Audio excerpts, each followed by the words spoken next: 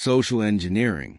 Social engineering is a non-technical strategy that attempts to manipulate individuals into performing certain actions or divulging confidential information.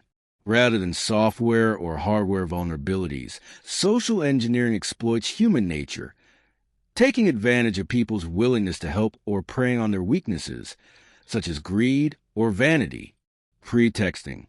This type of attack occurs when an individual lies to gain access to privileged data. For example, an attacker pretends to need personal or financial data in order to confirm a person's identity. Something for something, quid pro quo.